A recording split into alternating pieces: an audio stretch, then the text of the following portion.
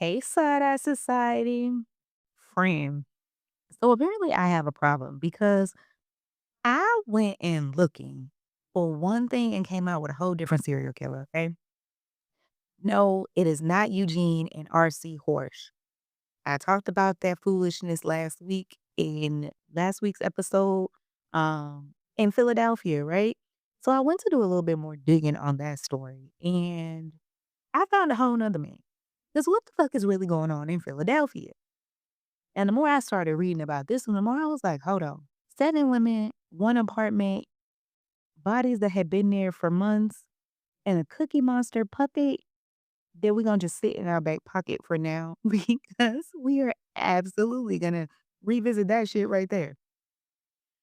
But then I started looking at the dates and I'm like, 1987? And there was another serial killer. Actually, it was like 2 other serial killers operated in Philly at that time, Gary Heidnick. And then you got Frank Slasher, okay? And the general overall same time frame. Why do so many of these serial killer stories have overlapping serial killers? Like, do they have meetups? Like, is there a convention, an annual conference, a newsletter, like the serial killer quarter? Like, and if you ever watch Dexter's Universe, you know exactly what I'm talking about because apparently these motherfuckers be fighting each other and having whole little meetups in Dexter. But if you know, you know. Now before somebody clips this and starts a whole conspiracy theory, I'm absolutely joking. I don't know that serial killers meet up. I'm not one, so I can tell you if that's what they do. But that's what it seemed like they was doing in the '80s and whatnot, because they was out here just overlapping each other. Like, hey, you take this quarter of Philly and I take this quarter of Philly. This my street, that's your street. Don't overlap on my street. Kind of like some drug dealer shit. But every time I started opening up these, I just was like, where are y'all coming from? So if you don't know me yet, I'm Mika. What's up? Hey, friend. True crime is my passion, but baby, I am nosy by nature. So that's kind of how I get down these rabbit holes. I'm your friend that you're gonna call when something don't sit right and you really need somebody to go and do the research. I do the research because I just be on TikTok doing deep dives and everywhere else that I can find to get the information because I'm nosy like that. That's really what we do over here, friend. So welcome. Welcome to the party. And if you are not new here, and if you are new here, both of you from whatever sector of this you're from, go ahead and stop right now and hit the follow button, like, subscribe, comment, share, all of the above. Um, because that's how this episode glitching already. I can't make it through one episode. Y'all, I promise y'all I'm gonna make it through one episode and not glitch in real time. And no, I'm not gonna edit it out because this is me raw, uncut, and unfiltered. All right. Now, again, I read it, I found it, and now I'm telling you. So we are obviously in Philadelphia, and this file is dark. It almost gave me Jeffrey Dahmer. And if you know me, is to know that Jeffrey Dahmer is like one of my favorite serial killers to study. Um, because there's a lot to unpack there. Like, and if you watched the Monster series on Netflix and you saw the Jeffrey Dahmer one, as somebody who knew what he did, Netflix did a really great job. Um, it was hard for me to watch. It took me a while to get through that series, a good couple of months, and it's like it's not a whole lot of episodes 'cause it's like a limited series. But so this story right here out of Philadelphia is really, like I said, giving me Jeffrey Dahmer vibes, and it's how some of them were found and how long some of them were actually there and what was happening around them while they were disappearing. Now, this episode is not going to be where I turn a criminal killer, a serial killer into a criminal mastermind. I don't give a damn how many nicknames that newspaper then gave this man. These women are absolutely the story too. But I am gonna give you your off ramp before we go any further, friend. You know how I do. This file includes murder, strangulation, decomposition, dismembered human body remains, drug addiction, sex work, and some really pretty describing things.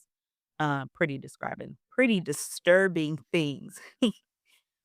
So I always try to make sure I give you your off-ramp. If it's not the day for this kind of stuff, go ahead and end it now and go on to listen to another episode if you're new here, or catch me next week if you're not ready for this one.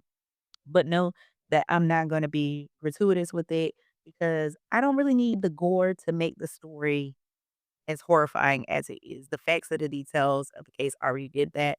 But protect your peace, friend. If you stand, pull up close, cause friend, this shit is absolutely wild. Okay. So August 1987, there's an apartment building at 1631 North 19th Street, and the building is already in bad shape, right? I'm setting the scene for you, okay? Drug use is common there. People are coming and going. And from one apartment, there is a smell. If you watch the Jeffrey Dahmer series, that's why I said it reminded me of that. You can't ignore the smell, right? It's not a somebody forgot to take out the trash smell, not a refrigerator went out and your food went bad smell. It is a smell that neighbors were complaining about. Again, Jeffrey Dahmer, Netflix monsters, series level smell. If you have not watched it, you wanna go watch it so you can understand what I'm talking about, go watch it, but know that you were warned, okay? Don't come in here and telling me that I didn't warn you about what happened at Jeffrey Dahmer, okay? Now, so this particular person, their landlord finally decided that the tenant had to go, and this tenant is Harrison Frank Graham. People called him Marty though. All right. So that's where we gonna start the story at. We're gonna go ahead and get into it. Stick with me.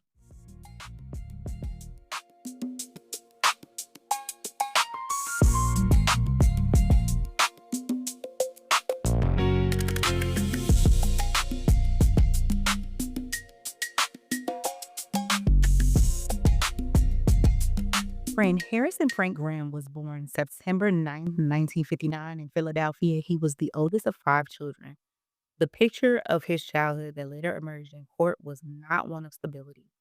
He his defense eventually provided evidence of severe intellectual limitation and childhood neglect. One psychiatrist who evaluated him placed his IQ in the low 60s. And his lawyer, Joe Moldovsky,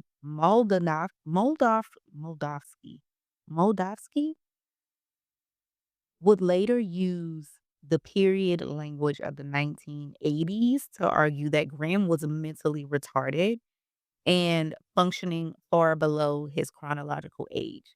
Know and understand that the language is not acceptable today, and we say intellectually disabled, okay?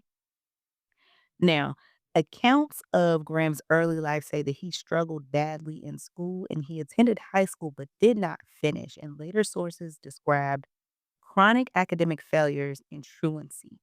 His mother, Lillian Graham, would say that he had serious emotional health problems when he was young and had spent time in a psychiatric setting.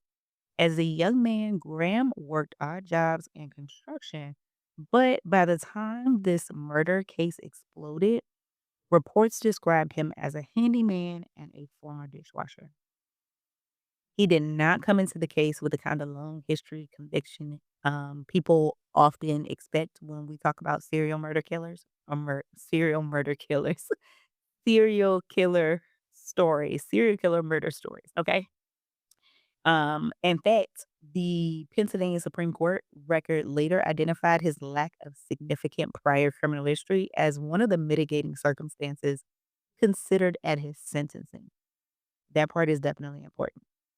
Now, 7 murders sound like the endpoint of an obvious escalating criminal record, but according to the sentencing record, there was no significant history of prior convictions, buffering, and glitching in real time. Okay, I got it. And if you're new here, I do that. You either stick with it or you stick with it, okay?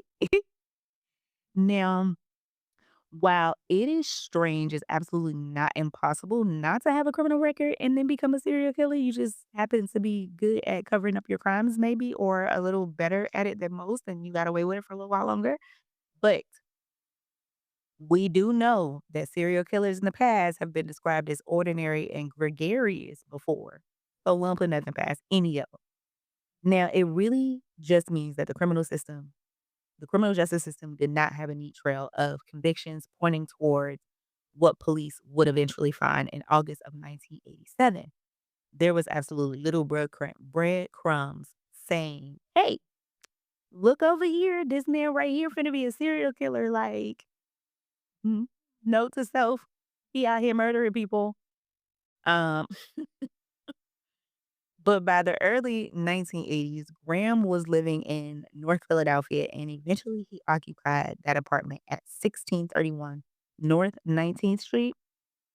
And reports describe the place as um, a notorious shooting gallery for drug users.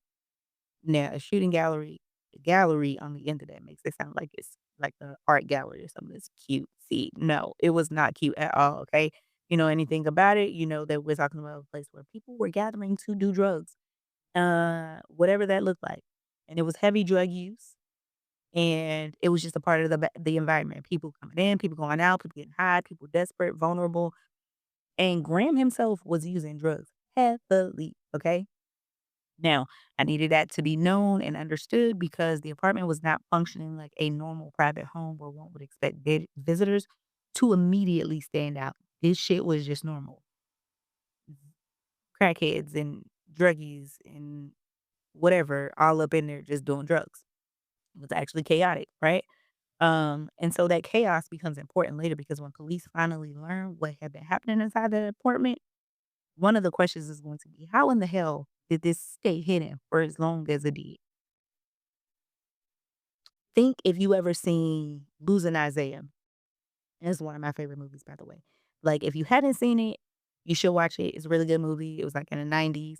But if you have seen it, then you know what I'm talking about when Halle Berry was in the room with the baby and the baby was crying and then she got up and walked the baby outside for the baby to, I ain't gonna spoil it, but if you haven't seen it, go watch it. If you've seen it, you know exactly what I'm talking about.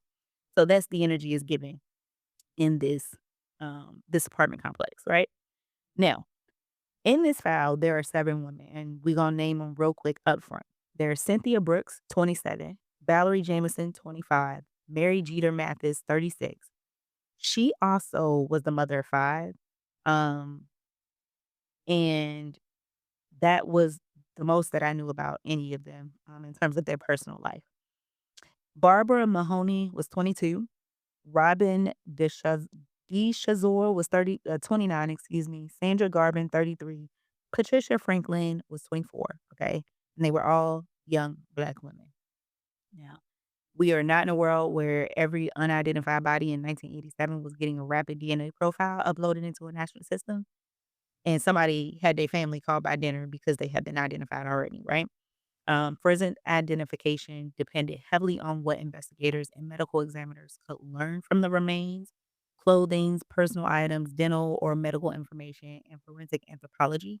And forensic anthropology applies skeletal analysis and archaeological techniques. Because you know, I don't like to leave you with not knowing what something means, friends. So all that to say that they analyze the bones to identify the person and help them determine the cause and the time of death. Now, I specifically identified Mary Jeter, Mathis as being a mother of 5 because she also had a husband, and her husband is the one who quickly identified her after he recognized her clothes connected to her remains. Like, think about that. Your spouse is missing, and then the news starts talking about them being found in an apartment, and what tells you that it's your spouse is the clothes that they had on, not a face, not a picture. Just the clothes you remember them wearing. Baby, that's gotta be a harsh one. Now, Valerie Jameson's identification is one of the most fascinating forensic pieces in the case because her remains were so badly decomposed that a traditional visual identification was not possible. So investigators had to turn to forensic sculptor Frank Bender. If that name sounds familiar to true crime people, it absolutely should. Bender became known for reconstructing faces from skulls and later worked on high profile fugitive age progressions, including John List. That's the story for another day. Now, Valerie, for her, he created a facial reconstruction from her skull, and it was a three-dimensional clay face. The image was shown publicly, and an older couple came forward believing that the reconstruction looked like their missing 25-year-old daughter. Investigators then had something to test, okay? So they compared the physical and medical characteristics. A distinctive rib feature matched medical information associated with Valerie. Earrings recovered at the remains, with the remains, excuse me, were also consistent with the jewelry she was known to wear. And Valerie Jameson got her name back, okay? Because just as quickly as these violences, these very quiet violences, um, turn into murder cases as quickly as these victims become a number. Um, and so Valerie getting her name back and Mary and Martha, and I'm missing her name already. I'm sorry, Mary. Mary, it's important, right? So that they don't become body number 5, female remains, unidentified black women, right? They were somebody. They were somebody's family. And so when we start talking about the apartment and how long they were there, the absolute horror of the apartment is not only that 7 women were connected to it, it's the time. Forensics estimated that the most recent victim had been dead for roughly a few days, while several of the others had been dead for months. Months, friend. Now, inside and around the building, is where people came and went, and there was a repeated complaint about an odor, okay? And I say inside and around the building is because they were finding bodies inside and around the building. So for people to be walking in and around the building and nobody said nothing, now hindsight makes all of us a detective, and it's easy for us knowing that there were bodies inside to say, "How the hell did nobody know?" Right? Because I was doing it the entire time. Like, how the fuck did nobody know? But if you're living in a neglected building with trash and drugs and animals and broken infrastructure, abandoned units, heat, and all the smells that come with urban disinvestment, a foul odor does not automatically translate to it's a serial killer living in there. I mean, obviously, look at Jeffrey Dahmer. Again, if you watched it, you understand. If you haven't and you're going to, you will understand, right? His neighbor was absolutely calling the police on him, and they still had no idea. And they really didn't care, but then a little boy, also got away from him and they brought him back. So, I mean, the system seems to have a very high tolerance for disorder, and the predators seem to benefit from that. Now, by August 9th, 1987, the smell could no longer be pushed to the side. The landlord, Nathaniel Choice, moved to evict Graham. He was like, "I'm tired of this shit. Like, you gotta go." Accounts of the discovery describe Graham blocking and nailing the door shut and leaving the property, saying he would return for his belongings. He used this as his opportunity to escape for him because he was like, "Y'all not finna get me. I know what's in there."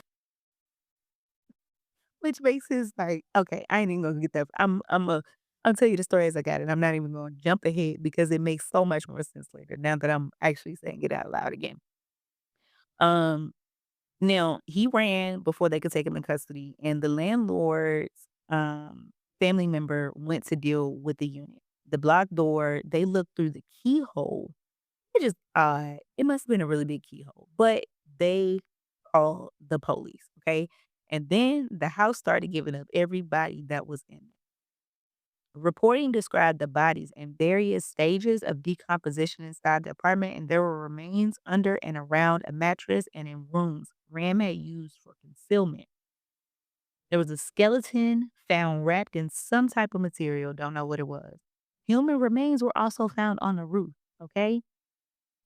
Parts of a seventh victim were discovered in more than one location. Now, I said parts of, he had cut them up and put them in pieces. This was like when I say Jeffrey Dahmer level horror, okay? And the Pennsylvania Supreme Court would later summarize the scene more simply. Police responding after the landlord evicted Graham discovered the remains of 7 females in various stages of decay in Graham's apartment. That was the headline that they used. Um, And it was the cleanest sentence they could actually use because the actual scene was far from clean. Trash everywhere, food, waste, animal waste, mattresses, drug debris, the decomposition itself, okay? It was so contaminated, friend, that later accounts described the investigators having to use protective equipment to process it because I would not want like, do you know what like, do I don't even wanna imagine. I don't even want you to imagine, but, like, what happens to a dead body when it starts to decompose and then you just living in that? And I wonder, like, did he have any kind of diseases from that? Oh, I'm not even about to get off on a tangent, okay? But this motherfucker here, he was absolutely 3 sheets to the wind, okay? Gone, alright? So now Philly had another serial murder investigation, and this one came with an immediate problem because they knew exactly who he was and where he lived. They just didn't know where he was at. Okay. So for about a week, he stayed ahead of police. Later accounts placed him moving around the city, sleeping rough or visiting public places while police searched for him. And I'm not going to give you every alleged sighting as though each one has the same evidentiary weight because it does not. Okay. And it doesn't matter. What is actually solid is that he remained at large for a week after the bodies were discovered, and the person who finally helped to bring him in, glitching, was his mother, Lillian Graham. Now, according to the report, Graham contacted her asking for food and cigarettes. This motherfucker was like, "Mom, I'm hungry and I need some cigarettes." And she was like, "Okay, I'll meet you somewhere." But she told the police. And so on August 16th, 1987, according to some reports, and later court coverage, Graham was arrested after a week-long search and it described the surrender, with his mother. So if you see, like, some different dates, it's like August 16th or 17th or one of those. Um, and his mother brought him to the police. His mother brought him to the police, okay? Now, can you imagine that your child calls you and the entire city is looking for you? 7 women have been found dead. So you obviously ran and knew that you did something wrong and was like in 3 sheets to the wind. And you probably at this point, I can't even say he probably sober, but I mean, that's probably why there were so many sightings because also remember he was a drug addict. Um, but as a mother, you believe that the boy that you raised, the child that you raised, and you just know you gotta turn him in. I would not wish that on nobody because ain't no way nobody finna call me and tell me my child was out here committing serial murders or anything, and I'm gonna be like, "Okay, I don't know where he's at." No. No. No. Because what do you mean you're a serial killer? What? Anyways, um, when Graham was brought in, he at first denied responsibility of all of this, okay? The first version he gave was that the bodies were already associated with the buildings and that he had nothing to do with killing these women, okay? Police continued to interrogate him and eventually he signed a confession. And at the preliminary competency hearing, Detective Lamont Anderson testified about what Graham had said. And friend, this is where we finally get the answers to what's been happening at 1631 North 19th Street. Graham said these women came to his apartment, used drugs, drank alcohol, and they had sex. And he described putting his hands around their neck until they died. Strangulation of 7 women. What he would not admit to was the intent. The like, his story was essentially that these deaths were accidental and that he would wake up and discover these women beside him just dead, okay? So, essentially, he was like, "I blacked out and that's it." Now, for him, 1 is a horrific event and it needs an explanation, but twice, 3, 4, 7, sir, be fucking serious. You do not accidentally strangle 7 women and then develop a body storage system. Abso-fucking-lutely not. Like, abso-fucking-lutely not, okay? I was literally just writing a paper, on ethics and was talking about, um, paraphiliac paraphilic disorder and paraphilia, um, and it's really giving sexual deviance with paraphilic disorder, okay? And this is like it's like I don't even know how to describe it. It's like they get off on killing people, like, that's their sexual release, killing the person, okay? But I'm no therapist, right? I study psychology and I am no therapist, so let's make that clear. Um, but now we moved into the part of his confession where he says the bodies, he had moved them into the back room so that other people that he brought to the apartment would not see these bodies, okay? Now listen to that again.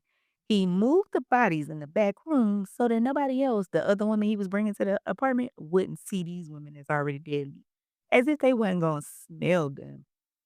Now he knew the bodies were there. He understood that a new woman seeing the body would be a potential problem, and he changed the environment to prevent that from happening.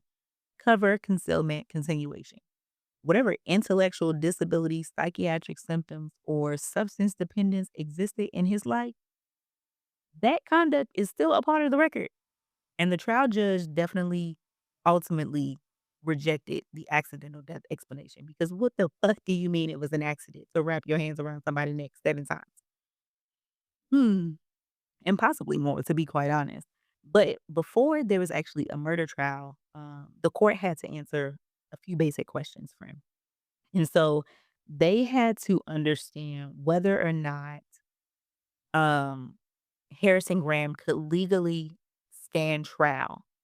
And this is where we have 2 separate concepts because we all some people, I'm not gonna say we all do, but it gets mixed up sometimes, right? Competence is not the same as sanity. Competency asks, were you able to understand or are you able to understand the proceeding that's happening, okay? Sanity or criminal responsibility asks about your mental state at the time of the offense. Different question, different time, different legal analysis. Now, at a August 1987 hearing, psychiatrists gave conflicting opinions. One court-appointed psychiatrist believed Graham had a major mental disorder, okay? And another one thought that he might be exaggerating or fabricating the hallucinations to avoid trials. Now, the judge, Judge Edward Meckel, ultimately ruled that Graham was competent enough to stand trial. So what did he say? Graham understood the legal proceedings that were happening. That's what he said. Okay. The judge did acknowledge that he might be mentally deficient and have a low IQ, but found that he really understood the charges and could assist in his own defense. And the prosecutor, Roger King, reacting to the conflicting psychiatric accounts, made a little comment about Graham having thespian qualities. It's actually shade. Shade for this motherfucker is acting, okay? Thespian qualities is so 1987's courtroom petty that I just have to respect it. Because imagine somebody accusing you of faking, and instead of being like, "Oh, you lying," or "You welling," like, they say, "You possess thespian qualities." I don't know why that tickles me so much, friend. But I really miss when people talk like this because I absolutely find it hilarious if you cannot tell. It tickles me. Anyways, now while the prosecutor was pushing these thespian qualities, I'm never not gonna laugh at that. The defense kept pushing his mental health issues. Imma get serious again. It's that thespian qualities. It really tickles me. Okay, serious. I'm back. Now, do you remember, friend, earlier I brought up the Cookie Monster puppet? Mhm. Yep, mhm. We need to go ahead and pull that in about the puppet because it's it begins to be everywhere in this case, okay? Graham carried the Cookie Monster puppet. He was, like, emotionally attached to it, okay? Reportedly slept with it, took it with him when he fled, and asked for it in custody. And after sentencing, it's reported that he asked his lawyer to ask the judge if he could have it back. And the judge was like, "No, the fuck? I'm not gonna give you this puppet. You don't get to go to jail and ask for accommodations. The fuck?" So he didn't allow Graham to have the puppet, but Graham was allowed to keep smaller finger puppets that he actually played with during the trial. Okay. Here's what I'm not gonna do. I'm not about to diagnose this damn puppet. Uh, I have seen later sources turn the Cookie Monster into evidence of an alternate personality, childhood regression, psychosis, sexual pathology, and all kinds of things. And sometimes a weird fact is just a fucking weird fact, okay? He had a Cookie Monster puppet. He was intensely attached to it. And that is strange enough. Okay. We do not need to invent a whole DSM chapter around it. And I especially don't want this puppet swallowing the victim because that is how the media works. 7 black women killed is one headline, but serial killer carries Cookie Monster everywhere is an absolute another. Okay. Now, we get to the defense, and Graham waived his right to a jury trial, and that meant that Judge Robert Latrone would decide his guilt. The trial lasted about 7 weeks, like 1 week per body, okay? The defense attorney, Joe Maldanowski, had a difficult case ahead of him because the bodies were there. Graham lived there, Graham confessed, witnesses connected him to some of the women. And so the defense's focus was heavily on mental capacity, psychiatric illness, drug use, and intent. Okay. Molodovsky argued that Graham was intellectually disabled and mentally ill, and he challenged whether Graham could distinguish right from wrong. This motherfucker knew right from wrong. He knew right enough to take them bodies out the room so that his next victim wouldn't see the bodies that he already had collected. Like, are we fucking serious? Now, the prosecution, led by Assistant District Attorney Roger King, argued the absolute opposite. Okay, we already know how he felt like he had thespian qualities. So he was like, these were intentional, willful, premeditated. Sorry for my phone dinging in the background. Act like you ain't here, friend. I got a life too. I'm gonna go ahead and turn it on do not disturb right now. Now he was like, this is premeditated, okay? And this serial killer repeatedly strangling women and hiding their bodies. And I do want to point it out here because first degree murder does not require somebody to sit at a desk for 3 weeks and be like, A, B, C, D, X, Y, and Z is how I'm going to commit said murders and do this, okay? You only need 3 calendar weeks with a murder on the calendar for it to be first degree, essentially. So Pennsylvania law recognizes that intent can form very quickly in a split second. And the Pennsylvania Supreme Court later emphasized that the design to kill can be formed in a fraction of a second. So the defense could not simply win by arguing he was high, therefore no premeditation. Intoxication and mental impairment can matter legally in some circumstances, but they do not automatically erase specific intent. And the fact finder still has to look at what happened. And so Judge Latrone did, and he was like, on Wednesday, April 27th, 1988, he was like, you guilty. 7 counts of first degree murder, 7 counts of abuse of a corpse. I don't even want to begin to imagine because I can't, I don't want to describe it. I'm not going to describe it. Okay. Graham did not testify during any of this. Okay. Now, when the court rejected the accidental death explanation, the later Pennsylvania Supreme Court opinion will call that explanation self-serving and wholly incredible. Okay. The evidence of the appellate court's review was sufficient to prove first degree murder for each woman beyond a reasonable doubt. And now came the penalty, friend. Pennsylvania still had the death penalty, and Roger King absolutely wanted it. And Moldovsky wanted his client to be spared. Okay. His lawyer was like, let's not do that. Now, Judge Latrone was about to create one of the strangest sentencing structures I've ever seen or had to explain in this show. Okay. So, May 3rd, 1988, Judge Latrone sentenced Harrison Graham for one murder. Graham received life imprisonment. For the 6 others, he received death. He had 6 death sentences. And for the 7 abuse of corpse convictions, the court imposed 7 consecutive 1 to 2 year prison terms. 1 to 2 years on each corpse abuse count. Now, the records did confirm that it said 1 to 2, okay? And this is where there becomes like some judicial origami because he really put this together. The judge ordered the sentences to run consecutively in a way that placed the life term before the death sentences, meaning that under the structure he created, Graham would not be executed until after completing a life sentence Friend, how the freak do you complete a life sentence? Exactly. Death. You have to die in order to complete your life sentence, okay? Now, the defense lawyer, Molodowski, called the ruling Solomonic, okay? And I can absolutely see why. The judge had formally imposed 6 death sentences while structuring the order in a way intended to keep the man alive in prison. So it's basically you're sentenced to die, but first you have to finish being alive forever and then die. Sir, what? That's the kind of sentence that really make you reread the paragraph because I really had to reread it. I was like, I don't understand. Like, how do you do that?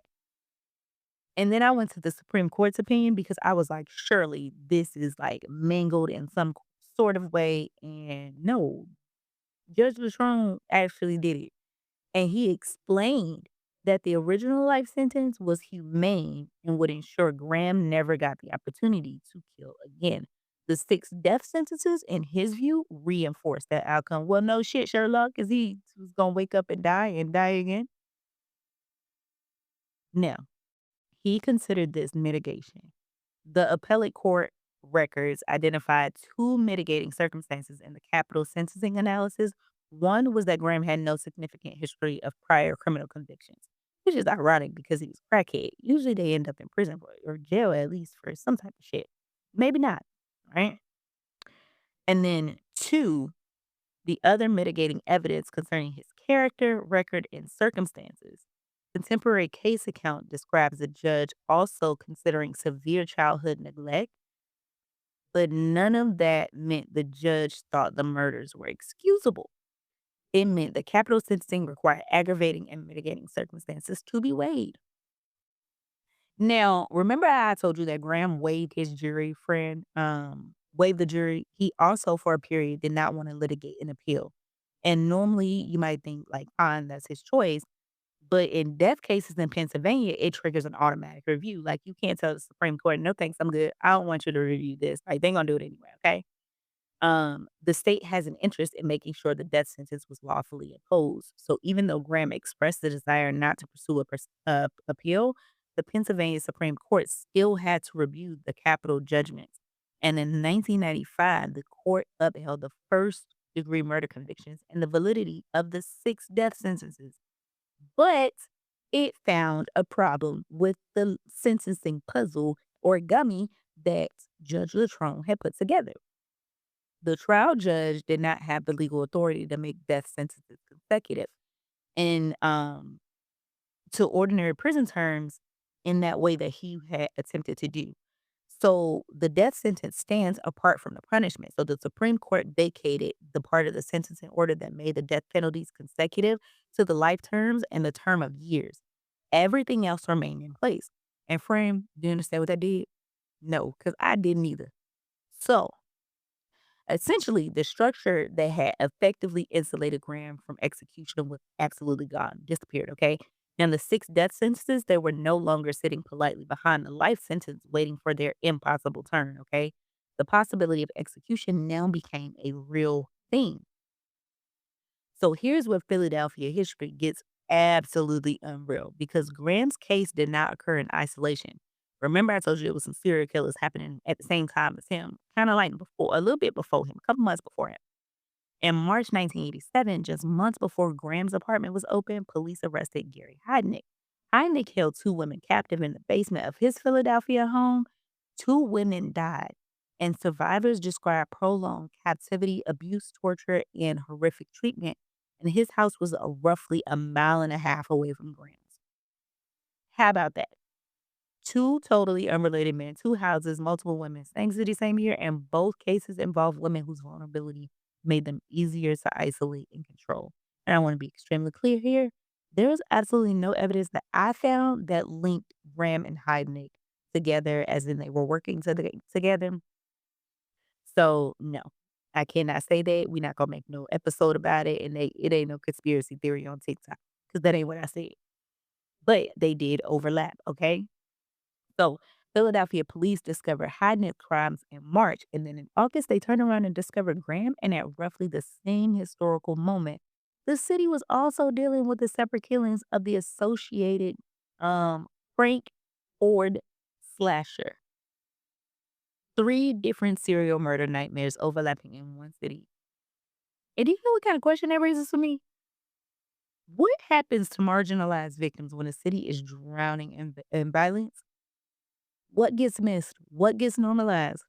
What gets classified as somebody being out here instead of somebody being missing?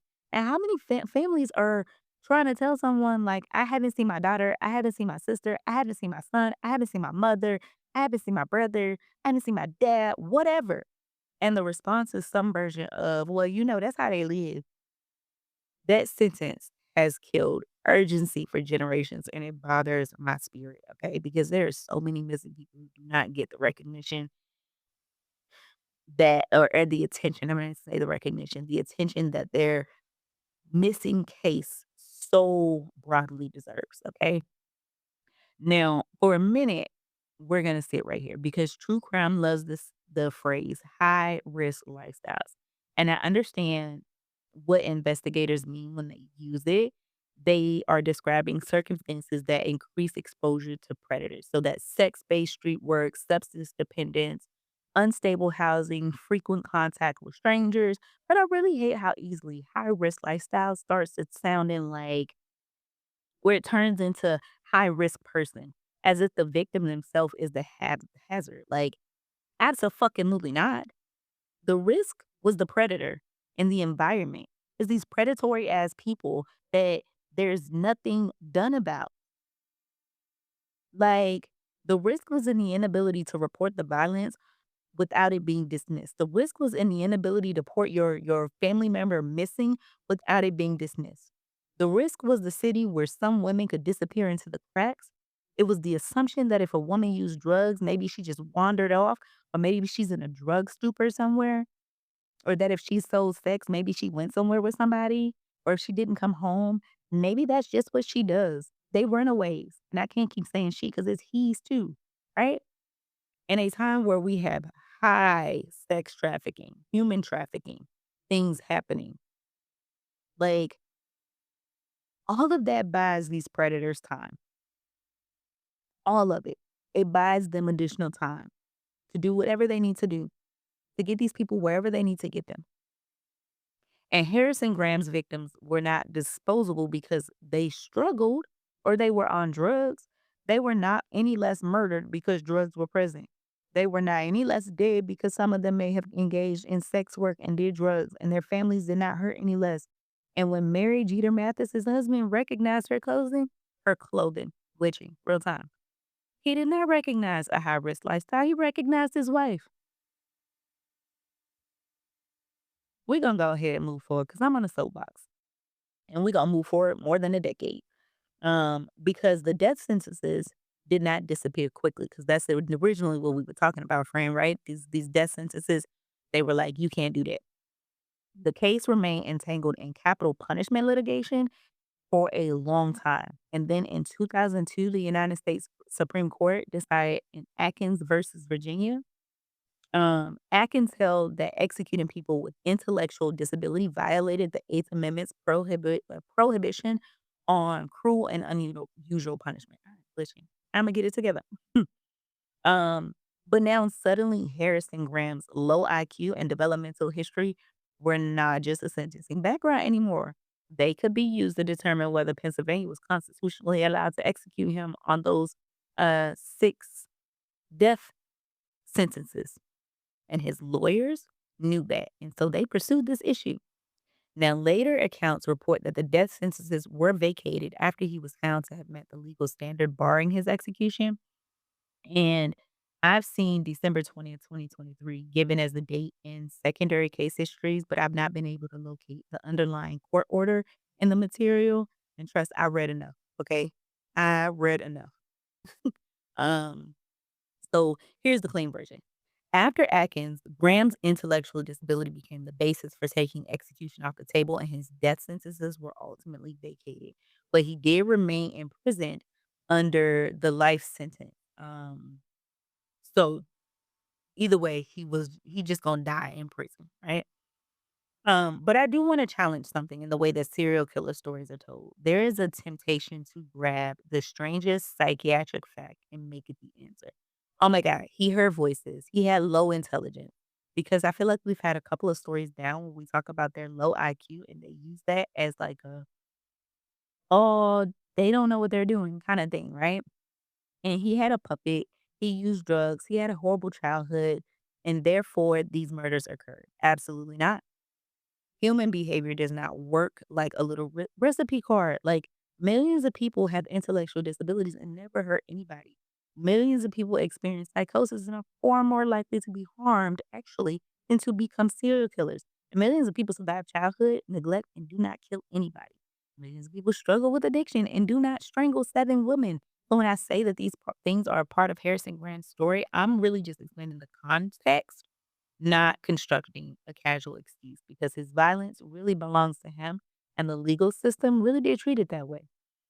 Now,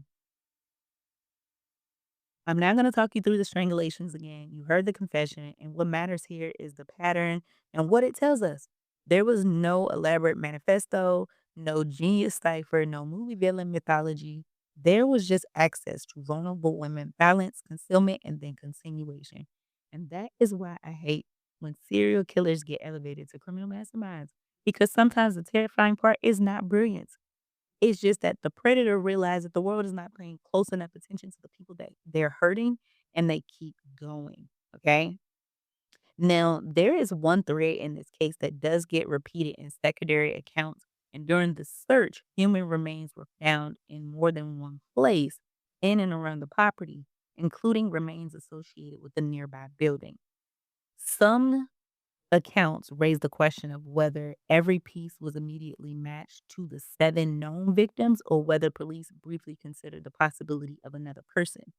Here's what I can tell you confidently, friend. Graham was charged with and convicted of 7 murders. The Pennsylvania Supreme Court records showed that police discovered the remains of 7 females tied to the scene and reviewed 7 first degree murder convictions. Um, the prosecutor told reporters um, that the case might not be closed and that there could be other victims. This is not proof of the 8th victim. I have not given him an 8th victim. I'm just telling you that there were 7 confirmed, and there's a possibility that he could have some additional victims. So unknown in this essence is a complete sentence. Now, why do I keep coming back to it? Not not why does a serial killer kill? Like, I'm sure there are entire shows of psychology trying to answer that, and I mean, it's really honestly the reason why I got so big into psychology and true crime, because you really wanna understand the psychology of it all. Why do you do what you do? What happened to you to make you wanna do this? Like, but I mean, w why could he keep the bodies around him? Like, I had the same question with Jeffrey Dahmer, like, you just kept these, like, what is it about the body that you just wanted to keep? I have so many questions, so many questions. But also, how could these women just disappear? Like, I get it, they were on drugs, but then also, why was the smell able to grow so badly that nobody was it I can't. I don't know. I have questions because again, with Jeffrey Dahmer, his neighbor was calling the police on him, and the police was still like, "No, we ain't gonna do nothing about this. Mind your business, lady." Now, part of the answer for Harrison was that the apartment was filthy. Okay, it was a building known for drug use, and the building was deteriorating, and the spaces were abandoned, and women were being moved through their like networks that were difficult for the police to track. But part of it is social. Like, we assign urgency on who's missing. We cannot pretend that we don't assign it based on that. We do. A middle class child, teenager, woman can disappear from a suburban home, and there are search parties, helicopters, press conferences, news, national news, search, like all over the place. But people with addiction, black people, black children, brown people, people that society deems unworthy appear to disappear from neighborhoods, neglected or otherwise, and people start adding caveats, okay? And I say this outright because there's a young girl missing in Southern Georgia who's been missing for like a year now. It's probably a little over a year, almost 2 years, and she's not made national news. And allegedly, the suspected killer is a family member, and no one knows what this child is at. But we make excuses, right? That young lady is said to have been a runaway, and so people are just like, "Oh, well, she ran away, and that's it. She got thrown away. Like, her story got thrown away. It didn't matter." Or other people use drugs or, they'd be like, "Oh, she might be with somebody. Oh, she's done this before, or she doesn't wanna be found." Who the fuck doesn't wanna be found? Because if I go fucking missing, if you don't put me with the cutest picture, okay, first the fuck of all, put the cutest picture of me on the back of a fucking milk carton. I know they don't do that no more, but be looking for me. Search parties, endless. Do not stop looking for me because I fucking wanna be found, okay? I hate that. Now, that's the part that I just can't sit with. It bothers me. So, not not Harrison's puppet, okay? It's the fact that these people can just be missing and there's no account for them, and it seems like nobody cares. But I digress, okay? So through this entire thing, Judge Latrone's sentence actually tells us something about the tension running through this entire case. Okay. He believed that Graham was guilty of 7 intentional murders and he imposed 6 death sentences and 1 life sentence. But he also credited mitigation to childhood neglect, no prior criminal history, and the defense's evidence about intellectual limitations. And then he tried to construct a sentence that functionally would have kept Graham alive and present. And that in it of itself is a little bit complicated. And people kind of hate complicated, right? You want one category. You want it to fit in a category, a monster, a victim, sick, evil, disabled, responsible, pick one. But the courts don't actually get that luxury.